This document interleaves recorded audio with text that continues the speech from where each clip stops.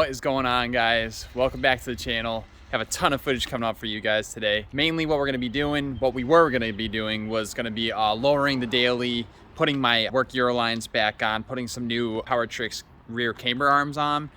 But we kind of ran into a snag with scheduling and stuff, so that's gonna have to be pushed back to next weekend. So currently what I have going on this weekend is mainly just drift car stuff. So as you guys saw in the last video, we fixed the coil pack connectors. So all of them are brand new, so no more misfires when initiating.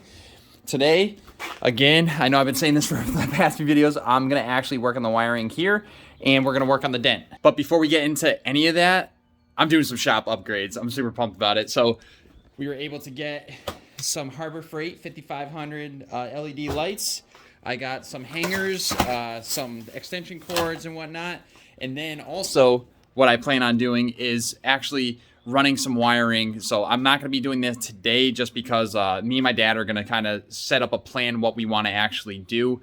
But mainly what we're gonna be trying to do is just run it through the studs, obviously to code. So we already started making drill holes. So we're gonna go through all the way through. I'm pretty sure, I think my dad wants to have, so we have one there. I think it's like every 5 or 6 studs he wants to do one. So we'll probably do one here.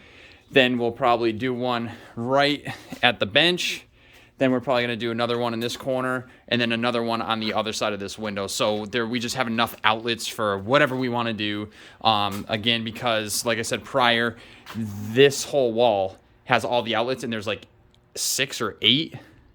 1, 2, 3, 4, 5, 6. So pretty wild how they set all that up. The goal is these lights, like, I mean, they work, it is what it is, but I want to get rid of these lights. And I know my dad wants to get rid of these lights too. So these 2 lights are actually not going to go here right now because they are hardwired in. So I don't really want to mess with any of that. So what we're going to do, we're going to hang these 2 lights up as we did with these 2. And we're just going to put them over here. So when I drop the door down, I'm going to make sure that obviously they're high enough where the door is not going to come in contact with them. But I'm going to put one on this side, one on this side, so it'll really light up the back of the garage here. And then since I got new hangers, it's how I kind of jimmy rig these up. I'm actually gonna pull these off the wall a little bit and we'll actually hang them to where they'll be kosher. All right, guys, so got the lights installed. As you can see, there's 2 there. This is what it looks like before, and this is what it looks like after. It's so much brighter in here.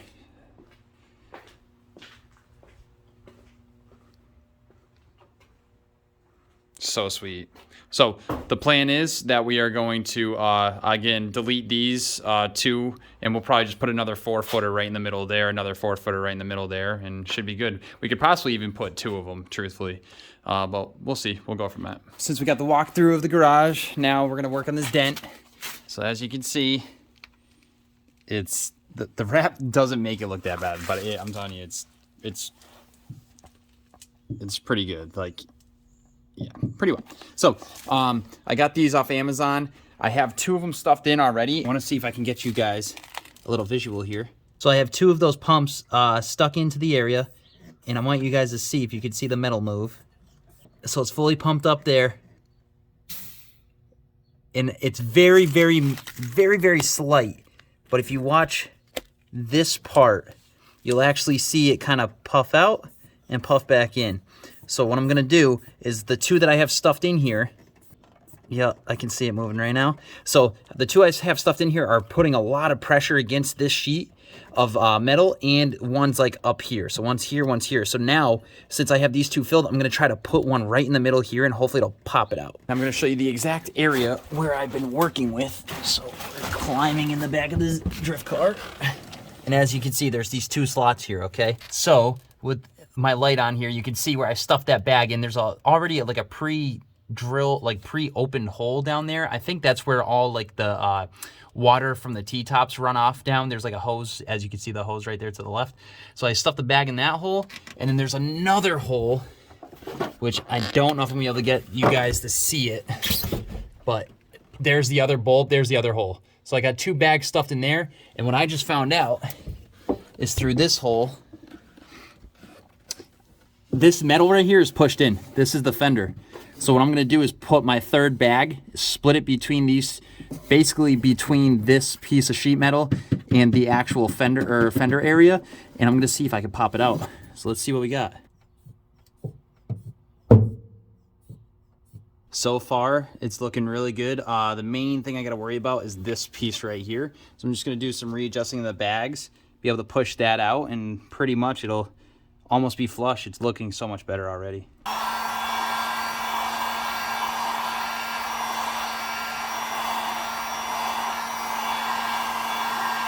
All right, guys, so looks pretty good. I would say it's about 80 to 85%.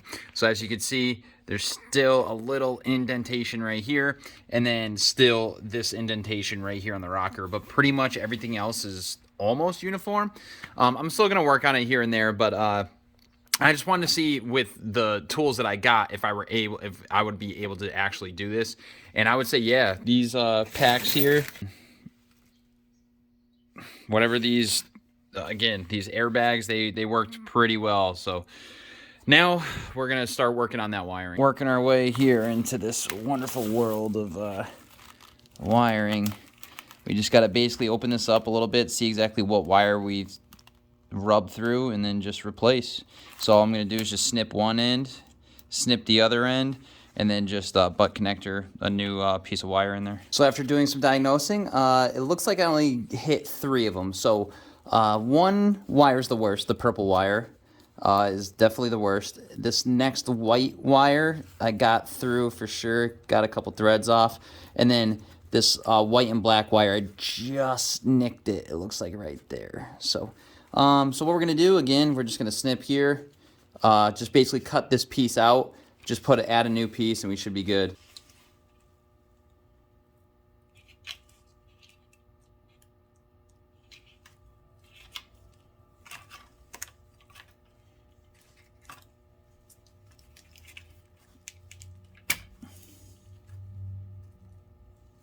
If you guys do not have these yet, these soldering kit butt connectors are the best of the best of the best. I got them on Amazon, I think for like maybe $15 or whatever. It's a full kit. Basically what you do is they're heat shrink, but as they're heat shrink, in the middle here, there's solder. So what you do is you use a heat gun, and it basically solders the wires together. So it allows for a better connection, I would say, better conduction. Typically what I do when I have a wire, okay, is I don't just put the two ends together and like spin them together. What I do is I fit them in together and kind of spread them out, and then I twist. But obviously you want to make sure that you have the heat shrink on there first. So what I'm gonna do is just kind of close this up a little bit, put this on this end, okay, just like this. And then what I'm gonna do, so if you guys can see, so I put the connector there, and then what I'm gonna do is just kind of smush these in, like kind of, it's like, think about putting two broom heads together. So you kind of squish them like that, you put them together, and then I kind of twist. Sorry if my hand's in the way, but I kind of twist it to make sure that all the copper is together. Then all I'm gonna do is slide this on there. So everything's good there like that. And now what I'm gonna do is take my heat gun and just heat up that area.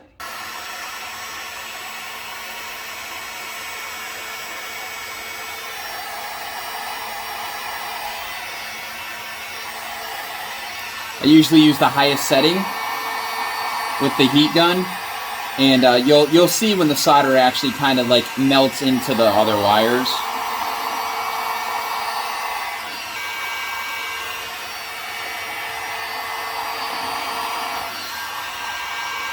And there you go. All said and done. So now I'm just gonna cut the other end to size and hit it.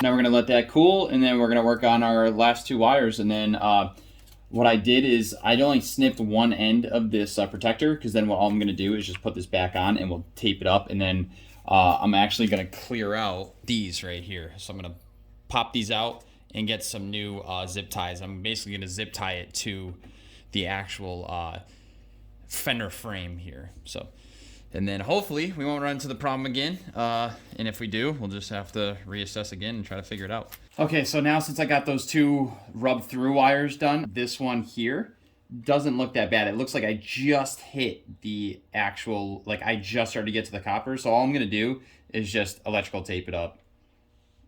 Then we'll be good. It didn't look like any of the threads of the copper were messed up or anything like that. So just gonna do this real quick and we should be good to go. And there you go. So the wires are fixed, nice and clean. So now I'm basically just gonna put these back in their original position. So they're kind of like wrapped up a little bit and whatnot.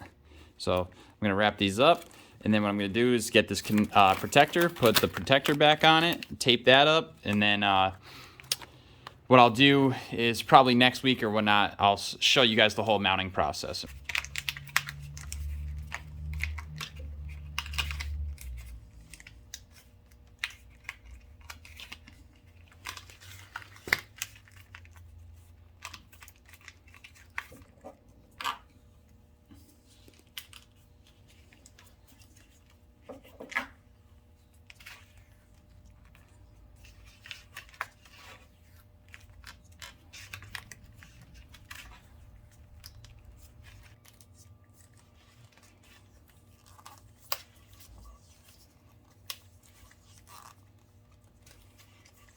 And there we go. Looks brand new. Like nothing even ever happened. I'll probably clean this a little bit up here too. Actually, there you go. Nice and clean.